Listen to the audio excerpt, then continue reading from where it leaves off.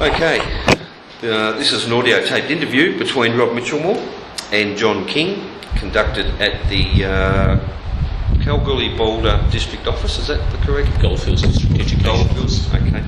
And also present with us is, your name is? Captain Lynn Joe in the Salvation Army. Okay, and your purpose of being present today, Lynn? To support John.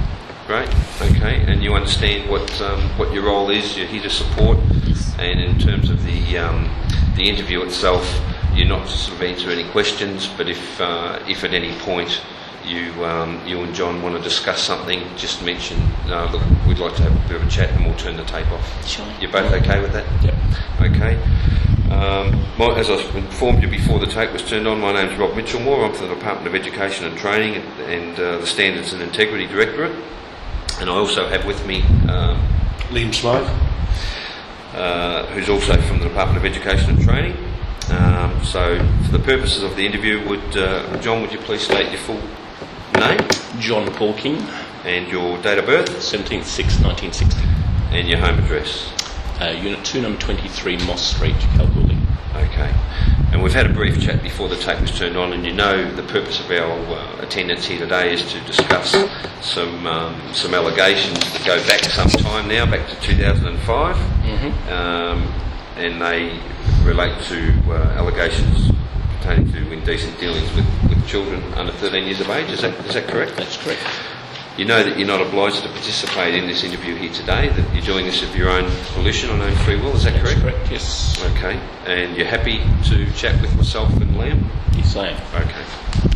And can I just say, for the purposes of the recording, you've said that I can receive a copy of this tape. Most definitely. When will I receive the Well, we're not back to the office till tonight, unfortunately. Our plane's been delayed till 9 o'clock now, so but I can burn you a copy tomorrow when I get to the office, and you'll receive that, probably Monday at the latest. Okay. I'll send actually email it to you if you want. I can email it to you, yeah. It's quicker.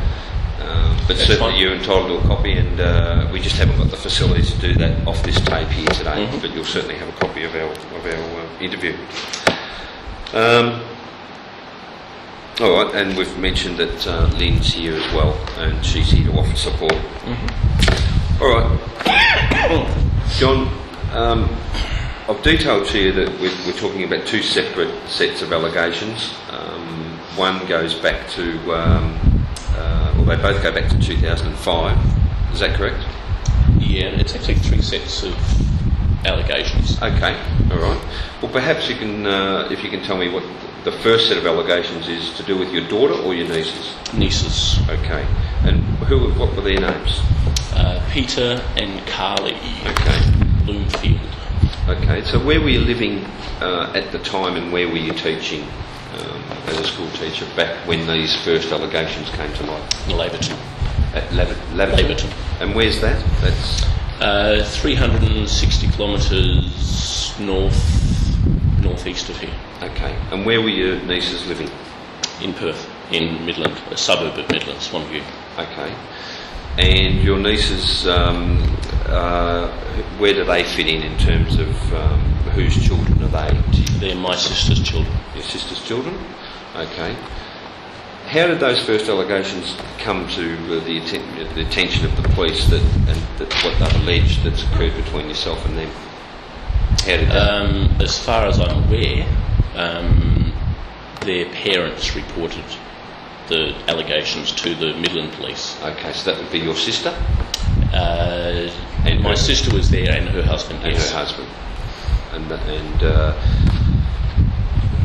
can you be specific in relation to what those initial allegations were that they said that you said to have committed? It was a series of indecent dealings over a period of, initially they said 2 years, and then when that didn't fit the facts, they extended it to a period of 3 years. Right. And I'm assuming that they were told this by their children, by the two girls. The parents were told by the children, yes. Yes. Okay. And what were the two girls' names? Carly and Peter. Carly and Peter. What specifically did, to your knowledge, have the girls, Carly and Peter, said that you were alleged to have done? It was along the lines, all of the allegations with them were along the lines of me putting my hands under their clothing. Okay. And where was this alleged to have occurred? A couple of places, mainly at their house. I think there was one occasion, maybe two occasions at our house. We were living in Netherlands at that particular time. Okay, which is a suburb of Perth. Okay. And was the situation that around that time you had you would see them frequently? A lot of dealings? No, only about once a year. Once a year? Okay. And the very first allegation that they made, that obviously the police interviewed you about, were the children talking individually, or were they both together when these alleged assaults were said to have occurred? They were both together. It appears that the instigating factor was some sort of survey that Peter was undertaking at high school. She'd suffered from an eating disorder, anorexia or bulimia or something similar. And as part of that survey, there was a question relating to previously having been sexually molested. Right. And she told her parents that she wanted to answer that question truthfully. And that was the very first time that it came to light? Yes. So when she brought this to the attention of her parents and subsequently the police, the date of the alleged assaults, how far preceding that were they alleged to have occurred? You'll have the paperwork to verify that at some stage, Yep. but January 1999 to December 2000 initially, Yep. and then they changed it to January 1999 to the end of 2001. Okay. And how many times were you alleged to have touched them? I think initially there were 8 counts, 4 for each of the girls. Right. And were their parents allegedly present? Yes. Okay. And did it occur in their bedrooms or... These are the allegations. Yeah. Yep. Most of them were alleged to have occurred in the bedroom. One I remember was in the hallway, and another was in the dining area of our house in Netherlands. But one was in your house, the rest Yeah. were at their place. Mm-hmm. But on every occasion, their parents were present in the house. Yes. Okay. Did you ever attend how old were the children at this point in time? So in January 1999, how old were Peter and Carly? Okay. They would have been, I guess, about 11, 12. Okay. And you told me that you were teaching at Laverton at this time? You're a school teacher? When the allegations, just be careful of your time frames. Yep. When the allegations arose, Yep. I was in Laverton. Right. But at the time That they alleging the incidents occurred? I was, part of that time I was over in Queensland. Right. Teaching over in Queensland. Yep. And that's why they subsequently changed some dates. Yep. And then I was teaching in Kiwikura. Okay. So the allegations that they claim occurred were some 5 years prior to it coming to light. That's about right? 4 to 5 years? Yeah, that's about right. Okay. Did you ever attend in the bedrooms of the girls when you went to their where they were living? I've been in their bedrooms, yes. Okay. And why would you do that? We went with our own kids, so my own children were present there as well. Okay. And so either my ex-wife or I would go in and see what the kids were up to. Okay. And I've been shown around the house, so I'm Yep. familiar with all parts of the house. Had you ever been in the bedrooms with your 2 nieces and not your children or no one else? Have you ever been alone in the bedroom? No, never. Okay. When these were the first set of allegations that came to light, how were you made aware of them, by the police or by your sister and her husband? No, by the education department. By the education department. So is your sister and her husband, are they still people you have contact with? No. And is that because of Yes. this situation? Mm-hmm. And at any point did they contact you and accuse you No. of this? So to Never. this day, you've never had any conversation with them about... No. And yet clearly at this point you must have been reasonably close because you were attending there, and once, I think you said once or twice a year, but you had you at least had a relationship with your sister. We spoke on the phone more than anything. We'd speak on the phone probably every couple of months on average. Okay. All right. So subsequently, in around about 2005, was it the police interviewed you? Do you know when you were interviewed over these? Round about September the 22nd. Okay. Yep. It says here that in 2004 you were employed at Harvey Primary School. Yep. That would be correct. Mm-hmm. And that, that's moving on to the Chloe incident now. So I just want to stick with the nieces until we finish with that. Yep. Okay. So once you'd been spoken to by the police, and when do you say that was, or interviewed by the police in relation to the nieces? September 2005. Okay. And at that point in time, had the allegations in relation to your daughter and Chloe come to light by the time the police interviewed you? They hadn't.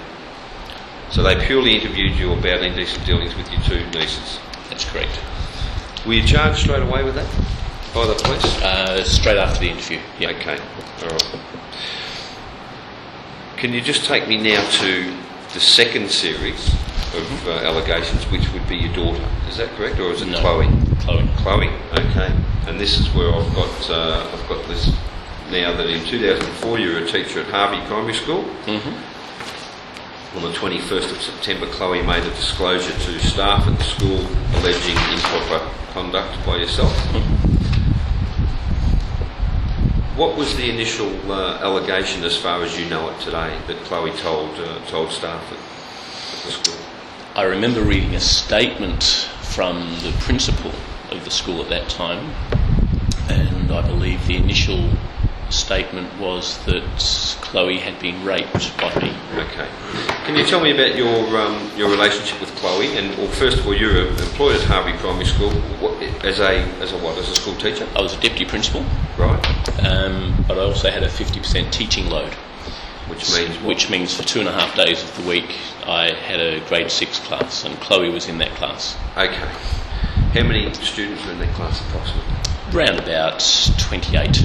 Okay. Now, was Chloe... can you describe Chloe's academic sort of ability? Was she just average? Was she intelligent? Was she in the top half or bottom half? Definitely bottom half. She had very low academic ability. Okay. And was the situation that you tutored Chloe, gave her additional tutoring? Mm-hmm. Can you tell me how that came about? Her wellness scores, that's the literacy and numeracy test of the previous year, came through. Excuse me. And on that test, she came out exceedingly low. And from what I'd seen in class, I thought that rating really wasn't justified. So I approached the principal of the school, Lois, I don't remember her second name, but I approached Lois and spoke to her about it, and suggested that I give her some extra tutoring in maths. And Lois agreed to that, but stipulated that it should always be with someone else in the room. And why do you think she stipulated it should be with someone else in the room? Simply because I'm a male teacher, and a female student out of school hours, because it was going to be after school, for my own safety and for Chloe's too, I guess. Yep. She wanted someone else in the room. And how old was Chloe? She's a Year 6 student. Year 6, So so that what would age? make her 11, I think. Okay. Now, so I don't confuse the issue, at this point in time, Chloe made this disclosure on the 21st of September 2005. You've already been interviewed by the police by this point in time in relation to the niece's allegations? When I was informed about these allegations, yes. Okay. And, sorry, so if you can clarify that Chloe, when Chloe's told the teachers at the school about these allegations, you had already been interviewed by the police over the allegations of the niece? I'm not exactly certain about that particular time frame. All I can tell you is that I had already been interviewed by the police regarding the first set of allegations. Yes. When I became aware of the second set of allegations. Okay, but it certainly hadn't been to trial? No. Okay. And that wasn't until 2007? End of 2007. November 2007, that went to trial. Okay. So, you're tutoring Chloe. How often would you provide her with with this extra tutoring? It started off once a week. Yep. And that proceeded for, I guess, a couple of months. Did you get permission from her parents? Yes. And you knew her parents quite well, or? I wouldn't say I knew them well. We sort of met fairly regularly at school, but it was more in the form of, hello, how's Chloe doing? And occasionally when Chloe had problems with other staff members because of my position as deputy principal, I dealt with Chloe's parents. And did she have problems with some of the other teachers? Yeah. What sort of problems? Mainly behaviour problem. Okay. But it was in your suggestion that Chloe would benefit from additional tutoring? I approached her parents and asked if they would be interested in it, and they said that yes, they had wanted that previously and it had never been done, and so they would be interested. Did you ever approach any other parents of any other children that you felt would also have benefited from extra tutoring? At that school, no. Okay. All right. So Chloe's made allegations of, you said initially it was of being raped. Mm-hmm. Okay. How did you become aware of that? From reading a statement that the then principal of the school supplied to the police, and they supplied a copy of it to me. Okay. And that statement was Chloe's statement? Chloe was speaking to a student, another student. Yep. And this had been overheard by a staff member, and so I'm not sure whether Chloe said it or the other student said it, but that was the initial allegation. Okay. And you said that you were charged, you were interviewed again by the police in relation to the second set of allegations? And do you know when that interview took place? I believe it was in October. Okay, and the first interview with the police was in September. Okay, so it was within a relatively short period of time. Yes. Okay, same police or different police? Certainly the same detective in charge, Right. Colin Johnson. Yes. I think the other policemen were different. Okay. When you were interviewed initially over the allegations made by your nieces, did you make a no comment record interview at that point? Or No. No. So you gave them you answered their questions on that occasion? Yes. But when you were interviewed over Chloe's allegations, you decided to make a no comment interview? Okay. Can you recall what the allegations specifically were in relation to Chloe? What you're alleged to have occurred, what you're alleged to have done? Again, it was placing my hands under her clothing. Okay. On how many occasions? I think initially there were 8 counts. Right. On specific dates? Did she Again, I think it was just over a time period. So I guess it would have been over that whole year. I'm not sure about that. Okay. Was there any suggestion? Now, you said initially it was suggested that you'd raped Chloe? That was in one of the statements, yes. Okay. And can you tell me a bit about that allegation? How that, because that would be quite alarming to you, wouldn't it? Yes, of course. Okay. All I know about it is what I read in that one statement. I was never questioned by police about that. Okay. Apparently, after they interviewed her and got a record of interview, Yep.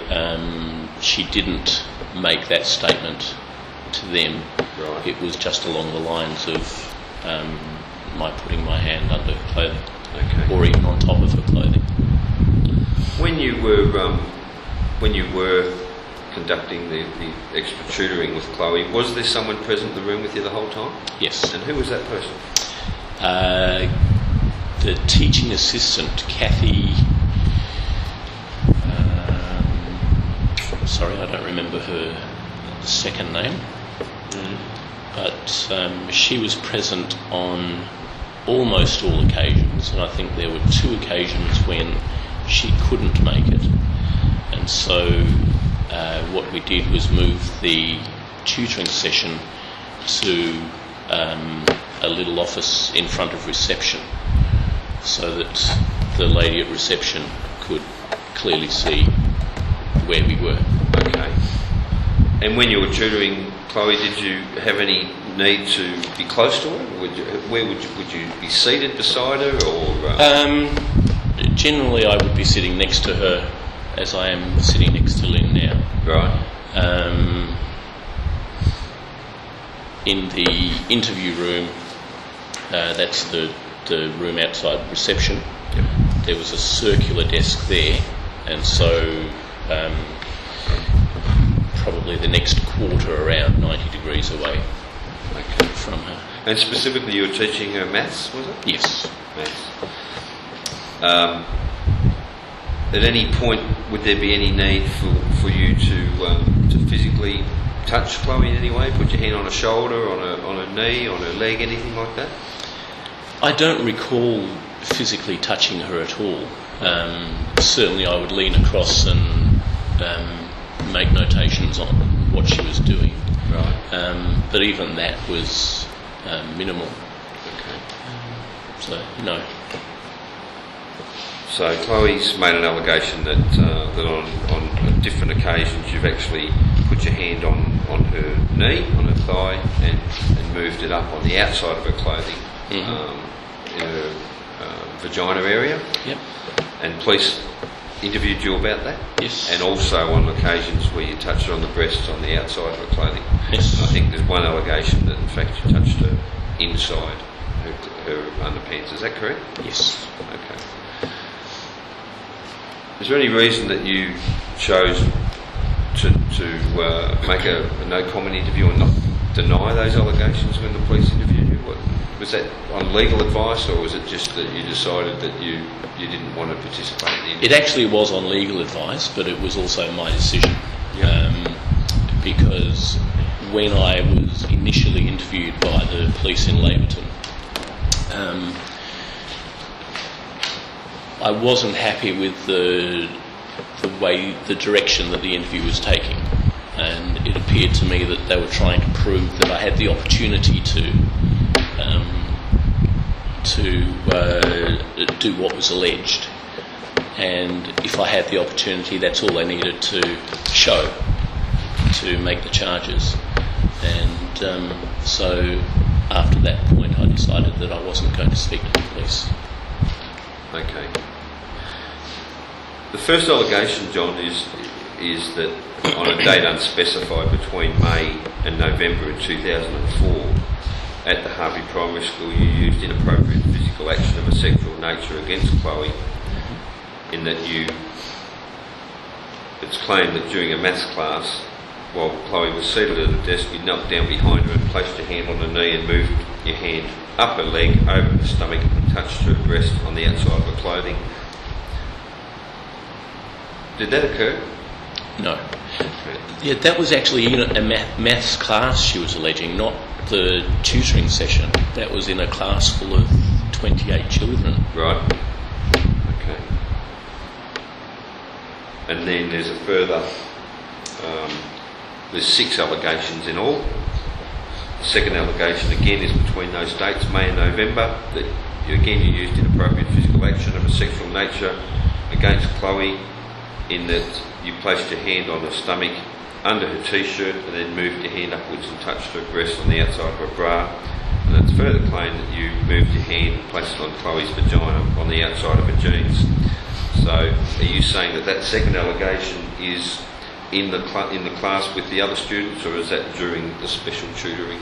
Does that put you by the police in their investigation? I'm sure it was, but from memory I couldn't tell you whether that was in the classroom or tutoring.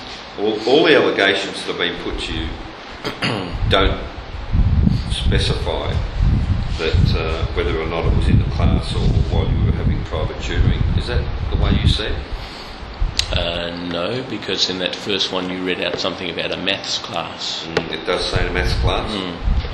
Okay, the second one actually says while you were tutoring Chloe, so we can assume that that was, after the regular class had finished. So the first one would have been in the class, but it appears the rest of them were while you were doing the one-on-one tutoring. Does that sound correct? I think that is correct, yes. Okay. And the third one, the third allegation, once again between those dates, May and November 2004, while you were tutoring Chloe after regular class had finished, you were both seated, you placed your hand on Chloe's leg, moved it under her jumper and touched her breast on the outside of her bra. When someone entered the room, you removed your hand, and following their exit, you again placed your hand back on Chloe's breast on the outside of her jumper. Did that occur? No. The fourth allegation, once again between May and November 2004, at Harvey Primary School, you used inappropriate physical action of a sexual nature against Chloe. By way of further clarification, that Chloe was in the photocopy room and you touched Chloe's breast on the outside of her clothing. Did that occur? No. Can you recall ever being in the photocopy room with Chloe?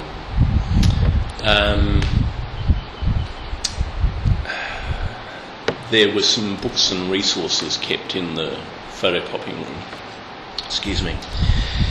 And on occasions groups of students would go into there to have a look at the books and to use the photocopier to copy certain pages.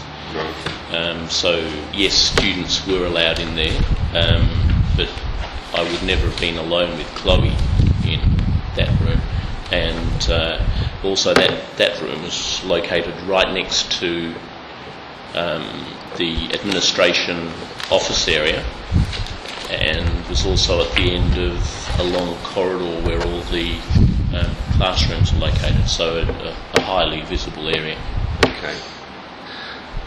The fifth allegation is different to the first four. It states that once again between those dates, May and November 2004 at Harvey Primary School, by way of further clarification, whilst you were tutoring Chloe after regular class had finished, so once again it's on during that period that you were tutoring her on one-on-one, that you took hold of Chloe's hand and placed it on your penis on the outside of your clothing, and you held Chloe's hand in that position for a short time until she pulled it away. Did that occur? No. And the last allegation is that while you were tutoring Chloe after regular class had finished, you unfastened some of the buttons on Chloe's jeans and put your hand inside her underpants and rubbed your fingers on the outside of her vagina. Did that occur? No. Are those allegations in any way, well, you mentioned at the start of our interview here today that the allegations put to you by your nieces were that you were touching them on the outside of their clothing. Is that correct? Yes, and under their clothing. And under their clothing. So, would you agree that these allegations are of a similar nature? Yes, they are. Okay. Any comment to make on did Chloe and your nieces know each other? To my knowledge, no. I've tried to get that matter investigated, but to my current knowledge, no, they don't know each other. Well, given that your nieces were in Nedlands, were they? No, they were in Perth. Swanview. In Perth, okay. So, and Chloe, of course, is at Harvey, Yes. which is how far out? About 100 kilometres away. Right. So, to your knowledge, they didn't know each other. There was no connection between the nieces and Chloe. That's correct. And yet both have made allegations that may be of a similar nature. You would agree with that? I would agree that they've made allegations of a similar nature, yes. Okay. We'll just leave the allegations that Chloe's made for a second, because you have, of course, denied that any of those 6 incidents occurred. Mm-hmm. And can we talk about the third set of, or the third incident, I suppose, which relates to your daughter? Is that correct? That's correct. And what's her name? Rachel. Rachel. Okay. Can you tell me how old's Rachel now? She is about 25. 25. And when did Rachel disclose or make the allegations in relation to inappropriate conduct or inappropriate sexual? That was mid to late 2006. Okay. I'd started family court action in June, July of 2006, and in response to some of the affidavits that I put in, my wife obtained an affidavit from my daughter Rachel where she made those allegations. Okay. So your wife's name was, or is, sorry? She changed her name Right. by deed poll. Right. So it's now Rosemary Merlis Hellings. Okay. And obviously you're divorced. Yes. And when did you first be? Well, how long were you married? 23 years. Okay. And when did you separate and subsequently become divorced? We separated September 2005. And was that as a result of the allegations made by the nieces or by Chloe, or was there any connection there? It was the instigating factor. We separated physically, although we were still on very good terms. And she moved back to Perth, and the idea was to protect our own children from any media reporting of the process of my going through the charges. So she wanted to be with her family in Perth and have the children there too. So I rented a house down there for her. Moved all the furniture down there for her. From Harvey? From Laverton. Sorry. And from Kalgoorlie, because I'd been provided with a house in Kalgoorlie at that stage. How many children have you got? I've got 4, 2 still living at home. Okay. And what? You've obviously got one daughter. How many other? What are they? 2 daughters, 2 boys, 2 girls. 3 daughters, 1 boy. Okay. And Rachel is the girl that's made these allegations? Yes, she's the eldest. Okay. She's the eldest, and she's about 19, 25 now, did you say? She's about 25, yeah. Okay. And she made these allegations at the end of 2006? Would have been about August 2006, I think. And at this point in time, you've certainly got a trial coming up for the niece's allegations, and you've been charged with Chloe's allegations, but Yes. there's been no... you haven't gone to trial yet, but they're pending. Yes. What were the allegations that Rachel made? Well, she alleged that she'd come into our bed, and that I had touched her breasts and her groin area. Right. Whilst you're in bed? Yes. And was your wife in bed with you at this time? Yes. Right. Okay. And how old would Rachel have been when you're alleged to have done? 17. She was 17. Right. So she's made this allegation in 2006. She's 25, about 25 now. So she's made the allegation to police when she's about 23 years of age. Yeah, that sounds about right. And it's alleged to have occurred when she was some 5 or 6 years earlier. Yes. Do you know specifically when she would have narrowed it down to when it occurred? What year? She did narrow it down quite precisely, I think, but I don't remember what year it was. I know that she'd broken up with a boyfriend and gone through several suicide attempts and all of that sort of thing, and that was the reason that my wife had insisted that she come into the bed with us on that particular night. Okay. So she had boyfriends prior, she'd had boyfriends around that time? Yep. Or a boyfriend? Mhm. And she was about 17 years of age? Yep. You're saying that she'd separated from her boyfriend and was quite distressed? Yes. So your wife had suggested that she come in. Did she ever get into bed with you prior to that much, or is it? Not since she was 2 or 3, no. So did you find that strange? Yes.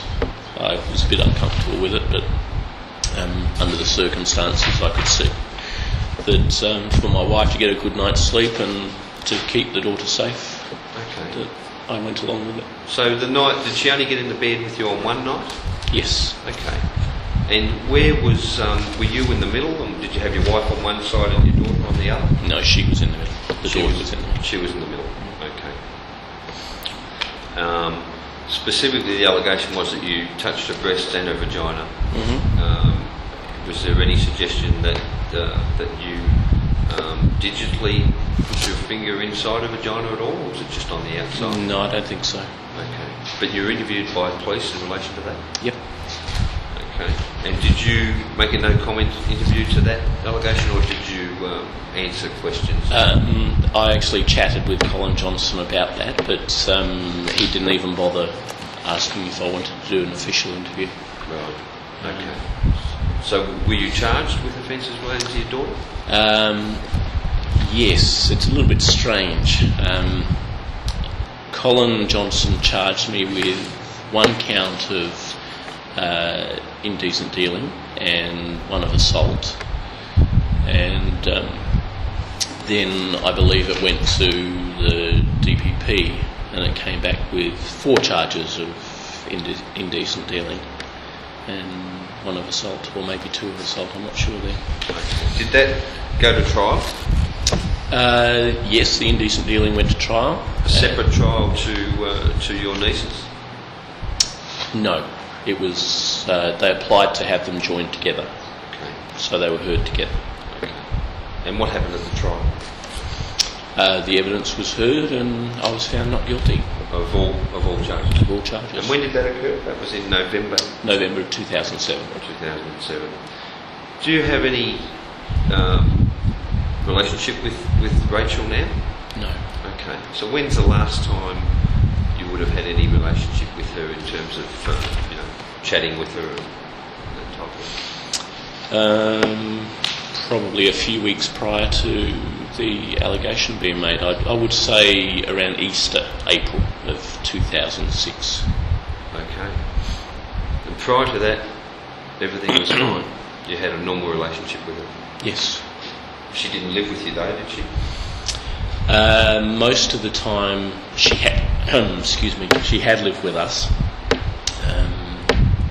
She alleges that I assaulted her, that I punched her is what she said, and that she left and went to stay with a friend. And I quite freely said to the police, yes, I did slap her. I didn't punch her, but I slapped her. And that was around about 2006, was it, when this occurred? No, this was a few years prior to that. Okay. Yeah, this was when she was 18, 19. So did it come as a great shock to you, John, that your daughter Rachel was living with you and what you just, I suppose, and I don't want to put words in your mouth, but you're describing to be a fairly normal father-daughter relationship, is that correct? Yeah, it was a devastating shock. And then, out of the blue, in 2006, she reports to your wife or to the police that you've done this? To my wife. To your wife. Mm-hmm. And you and your wife are not living together at this point? No.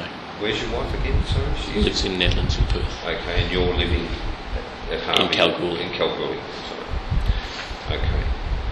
So, did your wife ring you and disclose to you what Rachel had told? No, she didn't ring me. What had happened was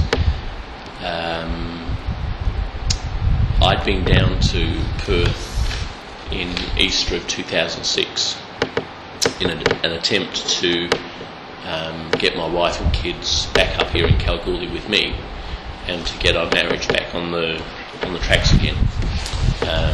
I told my wife that I'd started forming an attachment to another woman, and even though that woman didn't know about my feelings for her at that time, that something may come of it if we didn't get back together. But her decision was to not get back together. That was around about Easter 2006. Okay. And at that point, did your ex-wife, and her name before she changed it was? Deborah. Deborah? Deborah King? Mm-hmm. So Deborah's mentioned to you around about that time what Rachel had told her. Is that what happened? No. At that time, there was no mention of that. But what she did then was go and see a lawyer about formalising the separation. And the next thing I knew, I was served with a violence restraining order where a whole series of allegations about me were made, but nothing of any sexual nature with the children. Right. And in fact, up to that stage, my ex-wife, had actually produced a couple of statements supporting me against the allegations. The allegations of the nieces. Excuse me, that's correct. Just make sure that other point. No, Can we turn this off? Okay, no, just need you're to- happy? Liam's just going to let That's the I've room. got appointments after us. I just need to tell her we're running over a bit. Keep going. Okay. So up until this point in time, your wife's been quite supportive of the allegations levelled at you in relation to your nieces and Chloe. Right up until the time that I told her that there was a possibility of another woman.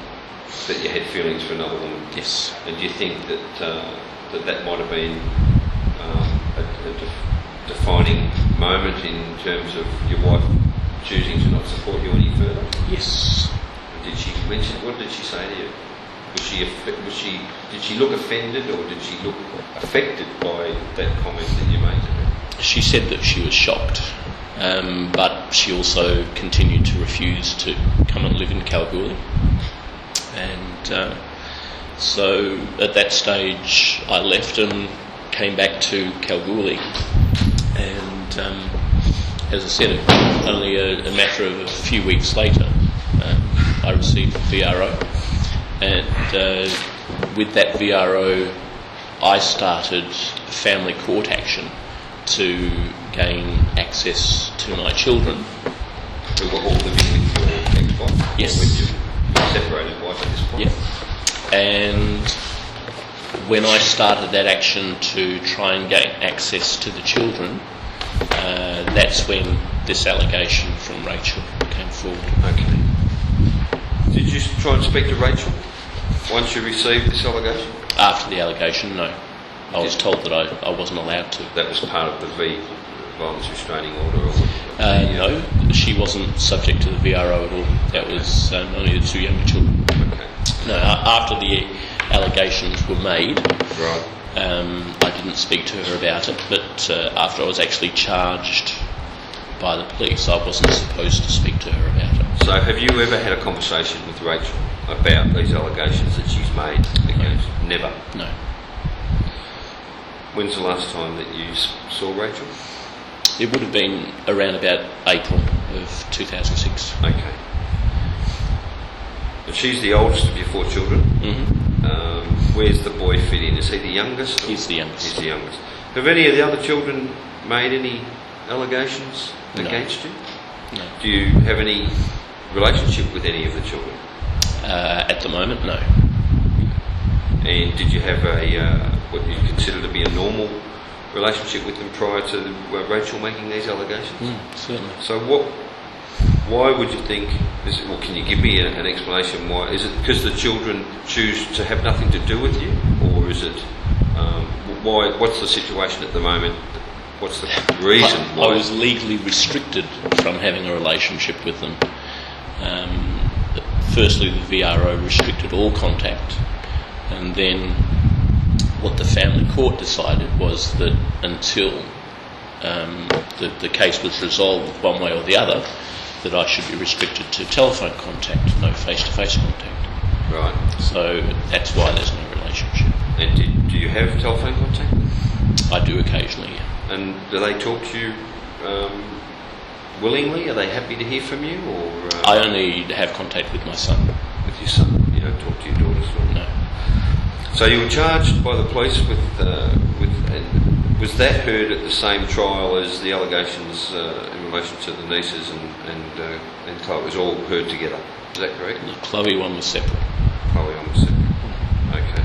But your daughter and the nieces was heard together, and you were Yes. acquitted, or is that correct? I was Found not guilty. I was found not guilty and acquitted of all charges. Okay.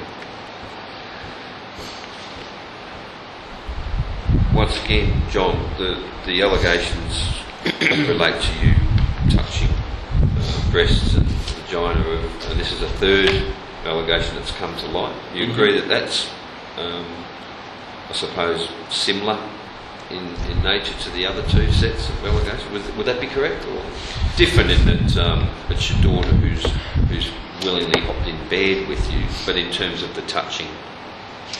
The nature of them, yes, is similar. But she was obviously aware of the previous charges against me and the details of them. Okay. Yep, she was aware of that. At this point, Liam, have you got any questions at this point? It's probably more. My questions are probably more on the Chloe side. Okay. So I don't know whether you want me to ask them now or. Well, I think, look, it's probably appropriate that, the Chloe incident is the incident that we're most interested in, because It's alleged to have happened in schools. Correct, correct. But I thought it's important to go through each one in sequence. Yeah. But I actually thought that the others had nothing to do with you, to tell you the truth. But because of the nature of the allegations and children being involved, I can see why you need to. Yeah. thanks for Ask that, the and that's questions. exactly why. The fact of the matter is that you're a school teacher and their children, and there is some nexus, I suppose. Yep. So that's why you understand why we needed to go into And that. that's why I'm cooperating with you in this. Okay. Well, at this point, Liam will ask you some questions about Chloe, and then and I'll probably follow up with some of them. If that's okay. We mentioned before, John, about the issue of a chaperone because of the inherent dangers in male teacher, young female. Yeah. So you said that there was a chaperone, a social item, and I don't want to use that word if you're not happy with it, but that's what I would call it. You said Kathy. Would that be Kathy O'Shaughnessy? That's the one, yes. You mentioned before you didn't know her surname.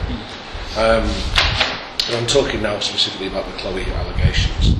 I know Rob touched on it before. Were there any other students that had been identified either by you or by Walmer testing or whatever that were identified as academically struggling or the lower end of the academic scale?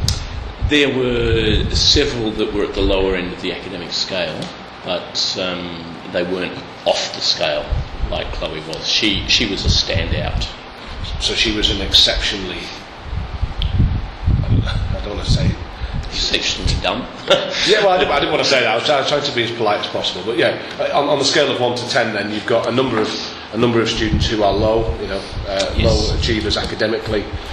Was she an exceptionally low achiever academically?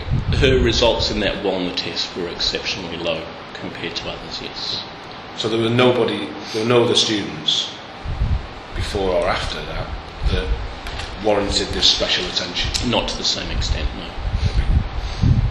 So it was an exceptional thing Yes. that was suggested by you, and I think from what you said to Rob, not a facility or service that had been offered to any other students. No. Okay. And the reason for that was purely and simply because of the her exceptionally low abilities academically.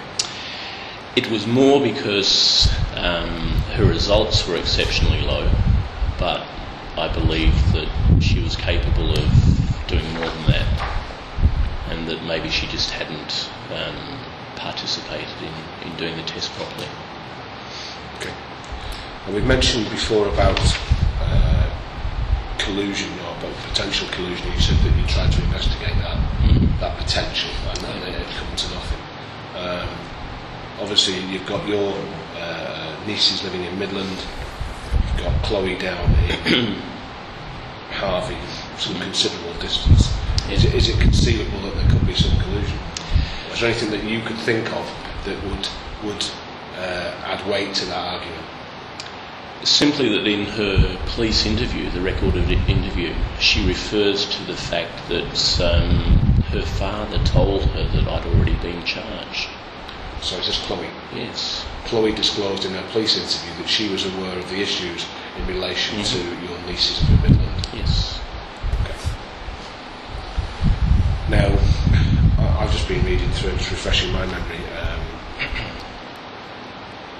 The issues in relation to Chloe, when you first became aware of them, was it a bolt from the blue? Yes.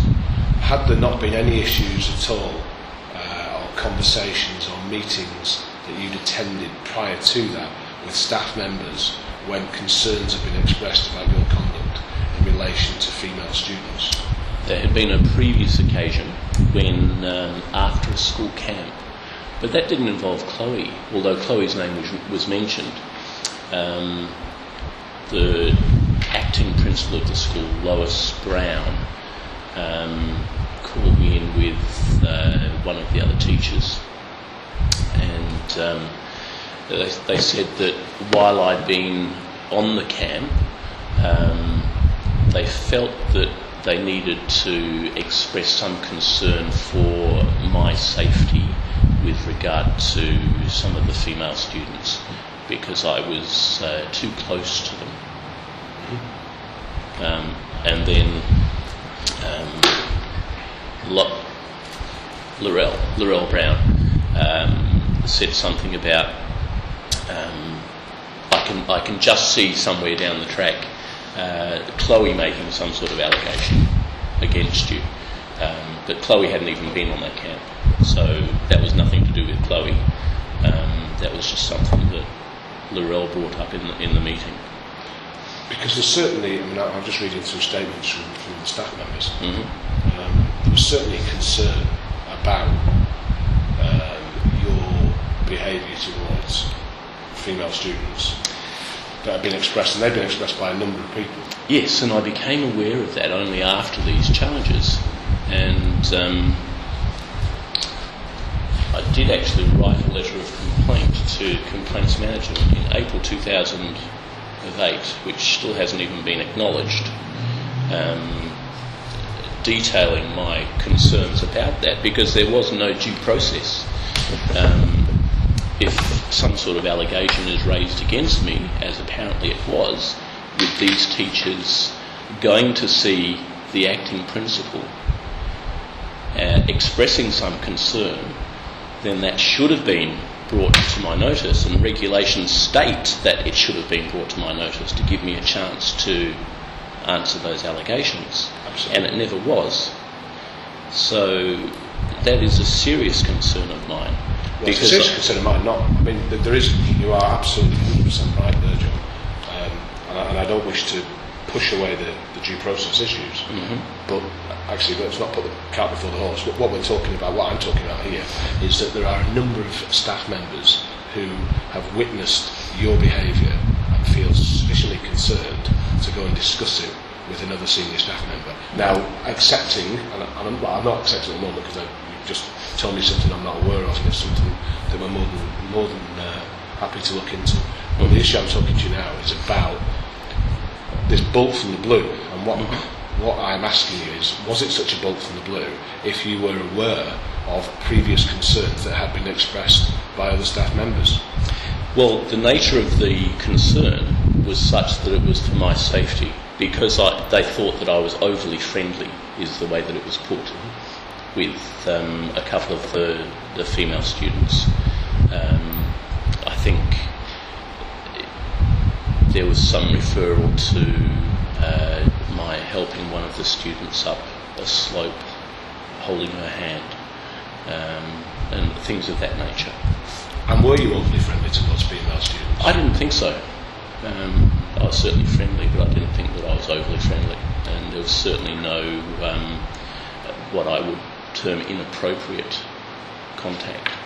Because other staff members have mentioned seeing you on a number of occasions, and particularly with reference to Chloe, with were sat. There are a number of common features in the allegations that you would be sat inordinately close to her, unnecessarily close to her, when people walked past or walked in, sat very, very close, far more than they felt was necessary to achieve the task of tuition, and also that you would have your arm round her on a number of occasions when they went past. You would be sat with your arm round her and very, very close to her. And so much so that one member of staff, who I think was Miss Shaughnessy, had asked to withdraw from being the chaperone or being the other member of staff present when you tutored Chloe, because she felt that you were sat unnecessarily close, and in her words, and I'm just reading, refreshing my memory, you don't need to put your arms around somebody to teach them maths. No, and that's absolutely not true. That I put my arm around her. So to ask a direct question then, do you admit to placing your arm around Chloe when you were tutoring her? Absolutely not. On no occasion? On no occasion. Would you agree or disagree then with the assertion that you were sat unnecessarily close to her when you were tutoring? I don't think I was sat unnecessarily close either. Okay. I've got to say, just so you're clear about what has been said, and I was just reading through some of the interviews that the private investigator did with Miss Shaughnessy and Miss Guise. They were asked directly, did they ever see anything further than what I've just said to you, i.e. a touch of the breast, a hand on the leg, and they were absolutely steadfast that they hadn't seen anything of that nature. So, I'm not suggesting they're certainly not suggesting that, because later on when they were interviewed, they would have been aware of what the allegations that Chloe had made, and of course it would have been easier for them to say, to corroborate. Absolutely. But I should make that clear to you, they never suggested for 1 minute that they'd seen anything of that nature, but they do talk about you having your arm around it on a number of occasions, and you deny that. They also mentioned about the camping incident, and so much so that the sort of female teachers had got together to, these are my words, keep an eye on you, because they were concerned. And it was discussed at a meeting, and you were present at a meeting, where their concerns were heard, and you said something, and I'm paraphrasing now, something to the effect of, what can I do? They throw themselves at me. I'm paraphrasing now, John, but that's in essence what was said. Do you recall a meeting of that nature when that sort of...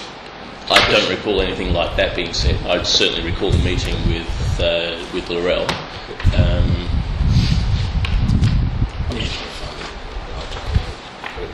Do you recall anything where these concerns have been heard, and then you said, look, I'm sort of doing my best. I'm trying to get to the piece in the statement that I just read. But basically suggesting that some of these girls do flirt with you. They can be flirty, and it's not something that you've initiated. It's their sort of overconfidence, if you like. The only sort of physical contact that I had with any of the female students was with one particular girl who had lost her mother.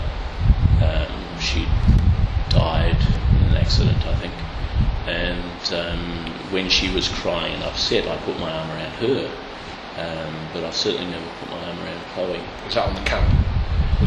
Sorry, this instant when you put your arm? No, that was in school when she was crying and upset. But that girl was on camp, and she may have been the one that I helped up the hill by holding her hand. So some of the teachers who've said that this, and they describe it quite graphically. You and Chloe would stand facing each other, extremely close, almost virtually touching. Is that an accurate description of something that might occur? No, it's not. And I just tried to find the bit in the statement where that's suggested. I mean, they catalogue a number of things that they thought were inappropriate, and I've mentioned 3 or 4 to you. And they sort of wrote it off as, well, that's just what John's like and that's just what Chloe's like. But they talk about this standing. I'm not talking about the sitting now when you're tutoring it, but just generally. That, you know, there would be other children present as well, but that you would stand facing each other and you would be inordinately close to each other, like virtually touching. Do you recall anything like that happening? No.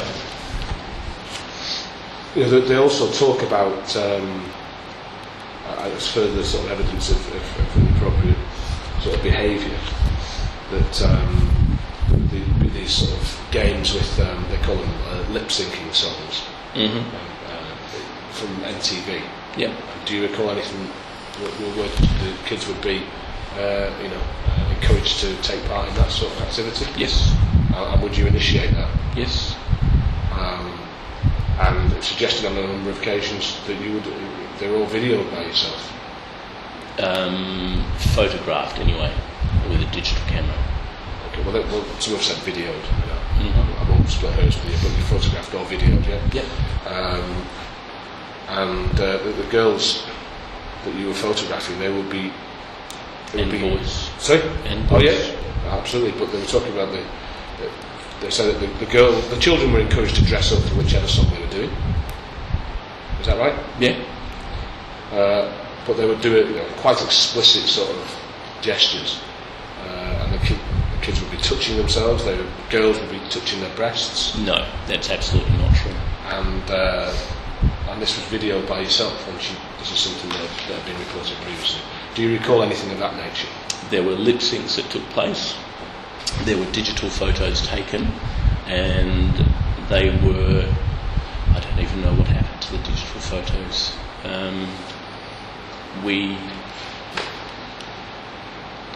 They were certainly shown around the class. I think we may have stored them on the share drive for a little while, on the student drive. But there was certainly nothing inappropriate in anything that they did. And in fact, Kathy O'Shaughnessy and I did a lip sync as well. So I don't think it's not the entire rationale of the lip sync that's the issue. It's these particular ones. And there's a suggestion that you've brought equipment from your house, a video camera or a camera. no, I've never owned a video camera. Have you owned a camera? Digital camera? No, You've not. No. So you've never brought any equipment from your house? no, absolutely not.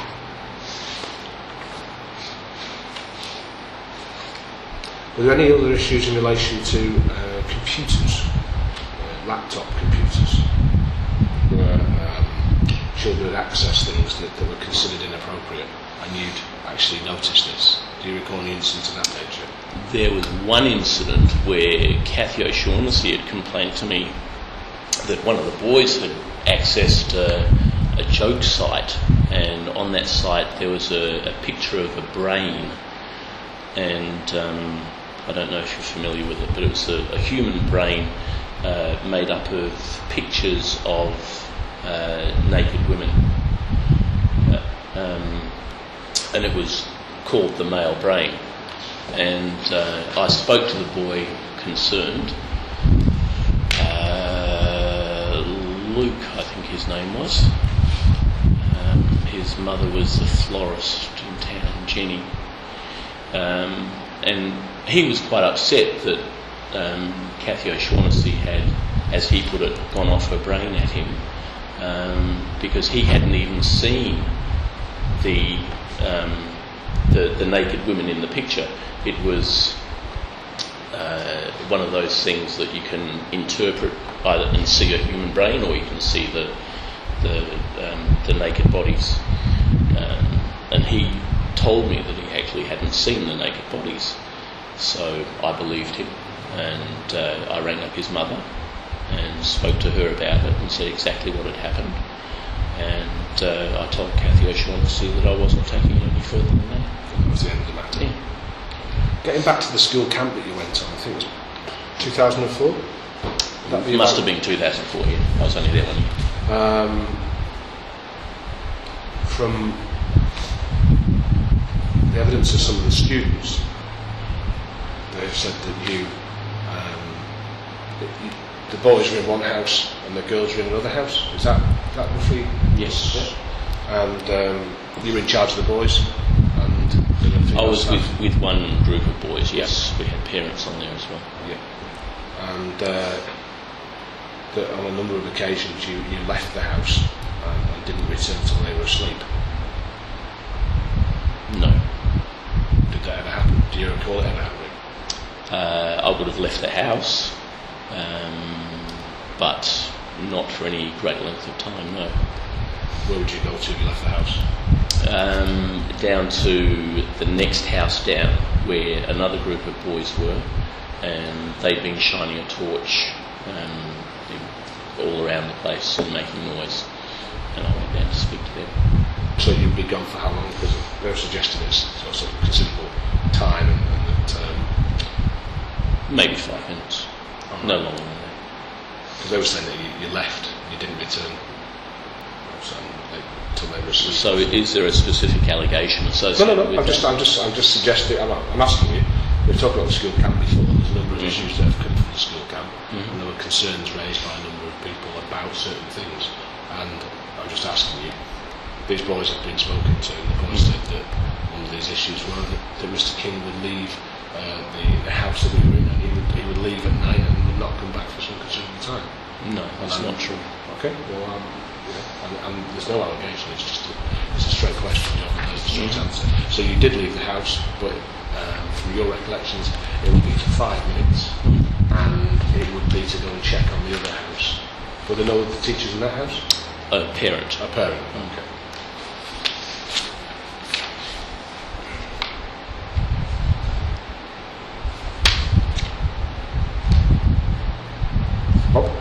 Yeah, look, just further to Liam's questioning before, Amanda Guys, is that her name? Yeah. Mm-hmm. Okay, Amanda, what was her role with you when you were She tutoring was Chloe? the other 50% of the Year 6 teacher. Okay.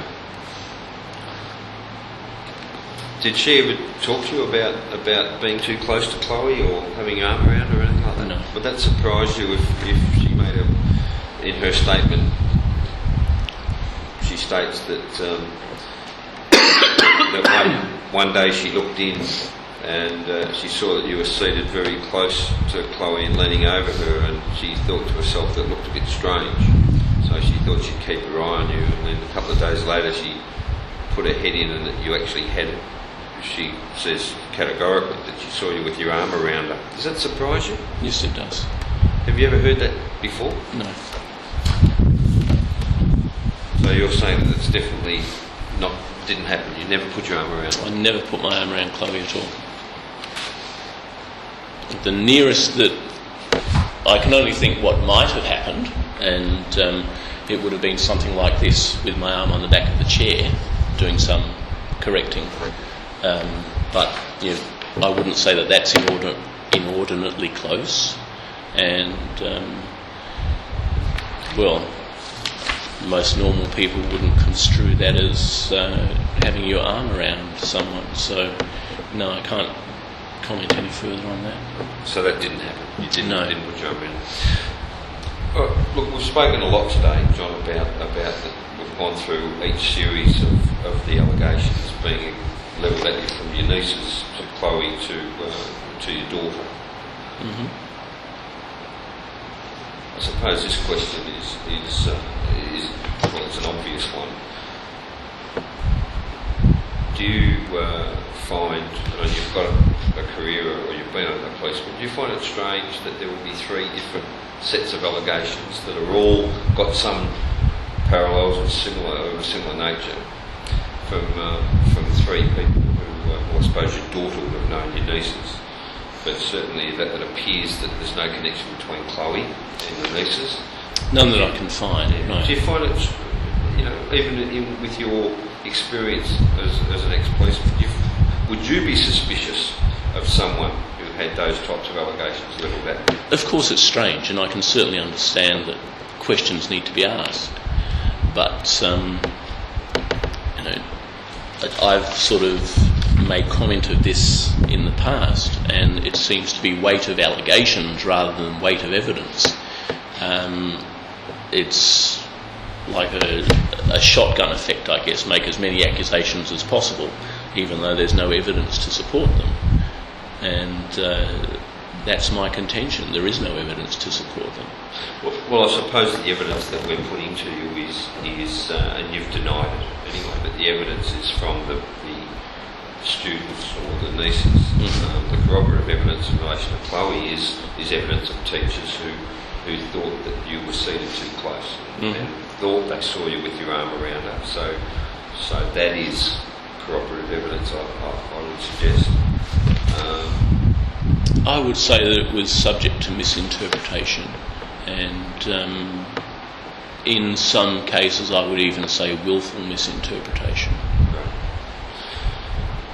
Well, I suppose we're coming to the end of the questions that I feel I can ask you, but what we've gone over today is the initial allegations with your nieces, which of course went to trial. Yep. And they were a number of allegations relating to touching them in their bedrooms and at your house on one occasion, on the breasts, on the vagina, both outside and inside their clothing, while their parents were in the houses, either at your house or at their house. Yeah. And you were found not guilty of that at trial. That's in true. November 2007. That's correct. Did they give evidence? Yes. They did, and they were cross-examined by your legal team. And I might add too that I was found not guilty by unanimous verdict, not by just a majority. Okay. All right. And then we were dealing with the allegation at that trial it was also in relation to your daughter's allegations? That's right, yeah. Did she give evidence? Yes. Did your wife give evidence? Yes. And did your wife state that she was aware of you touching Rachel on the breast in bed that morning or that night? No, she said that, I believe she said she woke up and she could just feel that there was a tenseness with Rachel. Right. And she just knew then that something was wrong. So this allegedly occurred at some time in the middle of the night or after people had gone to sleep? Yeah. Okay. Did you touch Rachel? Did any part of you touch Rachel that night? What had happened on that night was I'd fallen asleep. We'd all fallen asleep. And I woke up at some stage with my arm draped over Rachel. And my hand was on her breast, on the outside of her T-shirt. And so when I realised what was happening, I patted her on the hip and said, "You're not Daddy's skinny little girl anymore," and rolled over and went to sleep. And as far as I was concerned, that was the end of it. Right. And I truly believe that was the end of it then as far as Rachel was concerned too, and that this was only brought up later as an added weapon in the family court dispute. Was the allegation from Rachel that you only touched her breast? No. That you also touched her vagina? Yeah. And what I said was, no, I only patted her on the hip. Okay. Just to clarify before, I wasn't going mad. The meeting, I mean, that's the statement of Amanda Guys. She talks about this meeting. Kathy's present, Kathy O'Shaughnessy, and Narelle, who I think was the principal at the time. Is that right? Is this the meeting that I was supposed to be present at? It's Narelle, yourself. There was a meeting with yourself, or allegedly a meeting. Narelle, yourself, Kathy, and Amanda Guys. And this Kathy is post. wasn't there. Okay. It was just Amanda Guys, Laurel Brown and I. Okay. Because Amanda Guys had disclosed her concerns, which she describes as grave concerns, and that's the truth of her perception. We could sit here all day and debate the strength of that, but that's the words that she actually used. Grave concerns. She didn't say grave concerns at the meeting. She said she had some concerns, and the way that she stated it was that it was concerns over what might happen with me. Okay, well, I'll tell you then what she said when she was interviewed in relation to this. And she said she thinks it was the second last Thursday of the third term. It was the last week of term. It was straight after the camp. I can't remember the date. It was straight after we'd gotten back from the camp. And Cathy O, and Denise and myself, well, we all thought that we had to notify Narelle.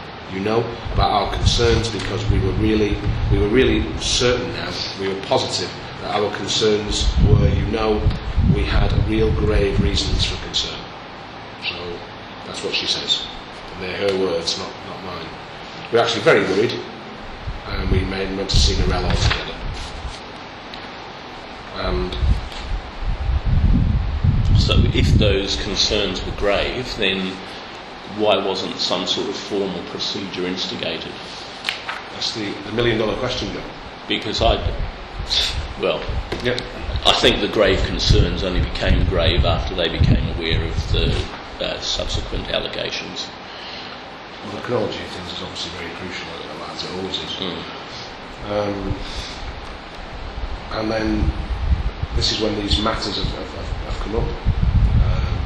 She said that she turned to you. You were sitting right next to her. She looked you in the eye, and she said, and I'm quoting from the statement now, I told him that we were concerned about it, and I said that I didn't think that we didn't think his behaviour towards the girls was appropriate, and his reply was that, a shrug, and girls just throw themselves at me. And then I, countered that with, well, I didn't think that was good enough, i.e. your response. He, John, was the adult in this situation, and it was up to him to keep that distance. And I went on first to say that, it may be so that the girls get a bit close, or flirt or whatever. I said, but he's the adult, and it's up to him, i.e. it's up to you. He has to let them know that it's not appropriate. And I did say to him that, and maybe you don't have desirable intentions. I said, but by letting them get away with it, and you are saying that they do this to you, then they've got the message that they can go out in the community and do that. And I said, not every man is honourable, so maybe you're sending them the wrong message. Do you recall that conversation? I don't mean every word of it, John. No, what I recall is what I've already said. No, she didn't say those sorts of things, and I certainly never responded with something along the lines of the girls throw themselves at me. That's an absolutely stupid thing to say, and I would never have said that. Would you have said anything? Bear in mind that she's talking in January 2006 about a conversation that she had in 2004. So, accepting the passage of time, clarity, and all that sort of thing. Is there anything you may have said that, along those lines, without using those exact words, that something with the same gist of what I've just said to you? Certainly nothing about a girl throwing herself at me. No, absolutely not. Or girls being overconfident, maybe over-familiar with you? No. Because all the way through this, that when you said before about there's no evidence, and I'm entirely leaving aside the issues in relation to your daughter and your family members, but talking about Chloe, you have a disclosure from Chloe, which is quite specific, and then there is evidence from a number of staff members who have witnessed prior to that behaviour which they believe is of concern, and that's how I think that's how A became B and C, and that's how the process moved along. You mentioned, you touched before about maliciousness. I don't want to put words in your mouth. Are you talking about family members in relation to malicious complaints, or do you include the staff members? I also include the staff members. Okay, and what would be the reasons then that you could suggest to us as to why they would make up really, really grave allegations, or provide really damning evidence that could, the likelihood of which would be improbability or conviction, loss of job, etc., etc. Why would these people make such a thing up about you? I really don't know. With Amanda Guys, we didn't really get on, certainly not on a social level, but professionally we were okay, I guess. We disagreed about a lot of things, but I wouldn't have thought that she would make these sorts of false statements. with Laurel Brown, she had a big problem with me towards the end of my time there, because I took her to task over something that she had done, which was entirely inappropriate and wrong, and I didn't put in a formal complaint. I just took her to task over it, and since that time, in my last month or two there, relations were very cold between us. So are you suggesting to us now, John, that these staff members have colluded to pervert the course of justice, to destroy you professionally because of some, professional issues that you've had, or maybe even social issues, that they've actually set out to collude, make these things up? No, but I think what I'm saying is that a couple of minor issues or things that they've seen or think they've seen added together and taken in the wrong way, and then particularly with regard to later having these allegations made against me, I think that knowledge of the later allegations has sort of firmed up their previous suspicions, and so they're now more sure of what they saw when in fact they didn't see that. Why not go the whole hog then? Why don't they go the whole hog? Because if they're prepared to provide false evidence and make stories up, which is what you're suggesting they have done, why not go the whole hog? Why not say when they walked in that Mr. King had his hand on her breast or on her leg? But they're absolutely steadfast. Mm-hmm. They're absolutely steadfast that on no occasion did they see anything like that. What they're saying they saw was arm round, sitting too close, blah blah, all the things we've explained to you. Yeah. Why not go the whole hog and say that they'd seen it? If you're going to collude and make these things up, as has been suggested they have, then I'm not suggesting that they've made things up. I'm suggesting that they're misinterpreting what they've seen. well, they're quite definitely. I mean, a lot of these things, and as what you well know from your police background, but also from teaching, and Rob and I have been investigating for a long time, and now we've been looking at teacher conduct for some time. Mm-hmm. There's a great deal of conduct that is about perception, and we all use this phrase appropriate. Mm-hmm. And, God forbid anyone ever defines appropriate or inappropriate, because it's such a subjective term. Mm. And there is undoubtedly there are issues in relation to that subjective call on appropriate and inappropriate. Mm-hmm. But what they're saying is that you had your arm around them. Now, what you're saying is you didn't. So that isn't an issue of perception. That's right. It's a matter of fact. Well, no. What I said was the only thing that I could imagine that they had seen is my having my arm on the back of the chair while leaning across to do corrections. Mm-hmm. But that's not having my arm around her. Okay. Look, just to finish up, Tracy Piper, was she one of the girls on the camp? Was that the name? Yes, she was. Okay. The Amanda has mentioned that she's 99% certain that she saw Tracy sitting on your knee one night when you were doing an activity in the bush. And you were all gathered around the bogs to wait for a tour guide, and they saw Tracy Piper sitting on your knee. Is that No, absolutely not. not correct? Okay. The girl you mentioned before, I'll just finish off because I didn't need to mention it again. You mentioned about a student who'd lost her mum. Mm-hmm. Would that be Tegan Barrett? Would that name ring a bell? That could well be her, yes. So aside from, I think you said you put your arm around her because she was crying one night, but that wasn't at the camp. No, that was at school. Had that ever been mentioned to you, the issue in relation to Tegan Barrett? Because that was one of the, if you like, the straw that broke the camel's back for Amanda Guys. She was very concerned about your conduct towards Tegan Barrett. I think that was the girl she was talking about on the camp. That was my understanding of it anyway. I as far as you're aware, from the best of your knowledge and memory, there may have been one occasion at school when you've placed your arm around Tegan Barrett's shoulder. Comfort says she was very upset because her mother had died recently. Would that have been done in isolation, or would there have been other people present? No, there were 2 other students present and the receptionist there as well. Okay. Now, leaving aside the what we discussed before about perception and subjective perception, would there have been anything in what you did that could in any way be construed as inappropriate? I don't think so, no. As I say, accepting that someone could argue that any contact is inappropriate, was there anything where you placed your hand? There was nothing that I considered inappropriate, no. Okay.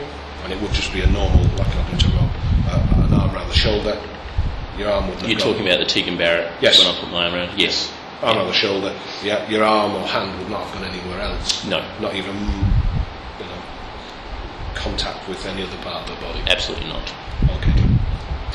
Just to finish up, John, you're currently at the district office here. This is where you've been employed. When did you get moved out of the classroom situation? September 2005. Okay. And so for the last it's over 3 years now that you've been removed from a classroom situation, had no contact with students. That's correct. And the trial that you requited was in November 2007. Yes. Okay. That's all the questions that we've got in relation to these 3 incidents, and I certainly want to thank you for participating in the interview. Is there anything further you'd like to add or ask any questions of myself and Liam in relation to how the interview's been conducted, or anything at all? Well, firstly, I'd like you to take a copy of this letter that I put in April 2008, and I'd like some sort of response to that. I'm a bit upset that I haven't even received an acknowledgement in more than a year, 18 months or so. Well, April April 2008. 2008. Was not this more than a posted year. to us or emailed? Yes, it was posted. So 7 months ago. Yeah. 7, 8 months ago. Was that what was on the envelope, the complaints manager? Yes. Okay. It was. And you've never received any response to that? Can, No. can we take this or? Yes, that's your copy. Okay. Well, apart from that, When which we did you would... say it was sent? Because April 2008 is not 18 months. No, but you clarified. No, I actually typed up the letter in preparation over a year ago, okay. but I didn't send it to them. So it's 7 or 8 months ago. Yeah. So what is the process from here? You put in your report to your bosses, Correct.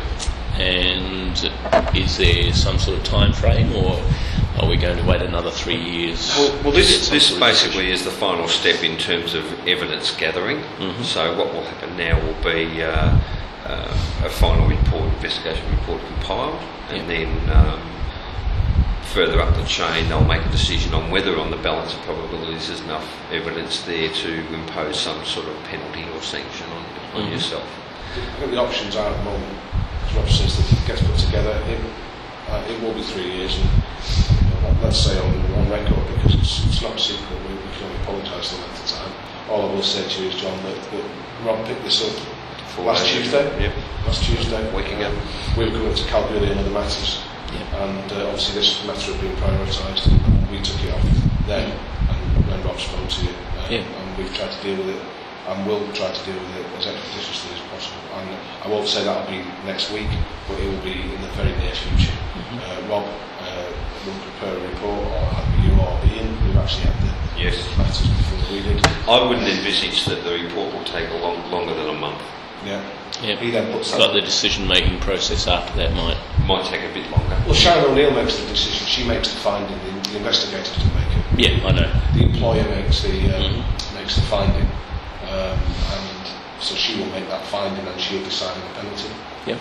That then gets communicated to you as soon as, and of course that will be one of a number of things. It might be that the findings are not proven.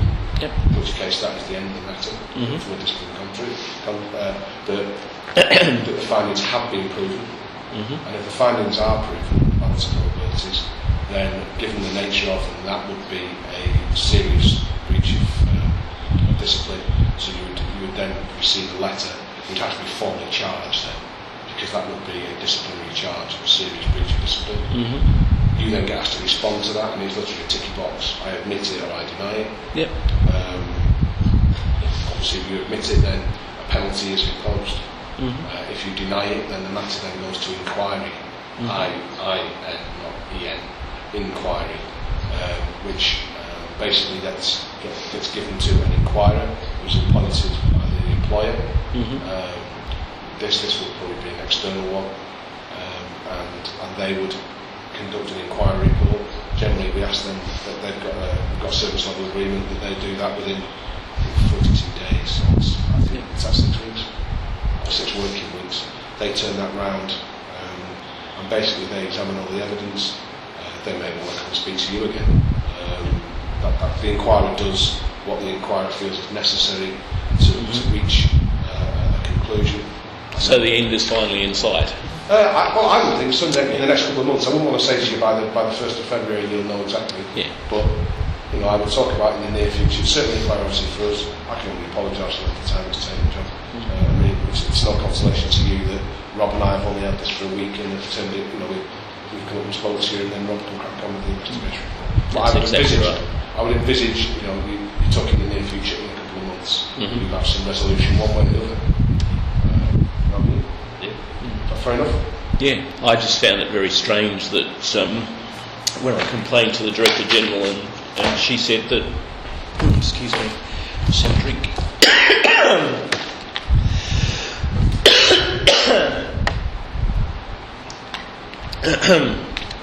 Oh, excuse me. She said that the matter was going to be prioritised. It still took over 2 months for you to be appointed.